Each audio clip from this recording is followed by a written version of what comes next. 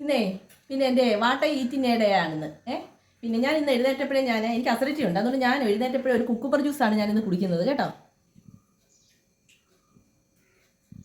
പിന്നെ രാവിലെ ഒരു 9-9:30 ആയിട്ടാണ് ഞാൻ ബ്രേക്ക്ഫാസ്റ്റ് കഴിക്കുക. എല്ലാവർക്കും കൊടുത്തിട്ട് താണ്ടെ കണ്ടോ, അപ്പവും ചമ്മന്തിപ്പൊടിയും ഒരു മുട്ടയും. ഇത് പിന്നെ എന്തോന്ന്, സുന്ദരിപ്പഴം കേട്ടോ. ഇത് ഷുഗറുകാർക്കൊക്കെ നല്ലതാണ് കേട്ടോ. നിങ്ങളൊക്കെ കണ്ടിട്ടുണ്ടോ ഈ സുന്ദരിപ്പഴം?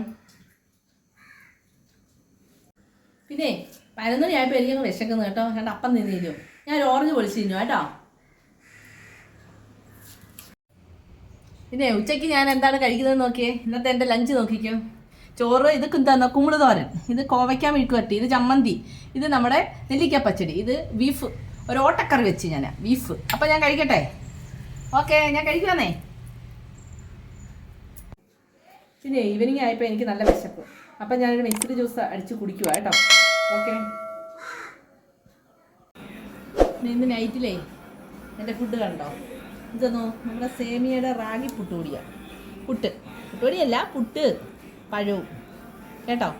നിങ്ങളൊക്കെ കഴിച്ചോ? ഞാൻ കഴിക്കാം, നല്ല ടേസ്റ്റ് ഉണ്ട് കേട്ടോ.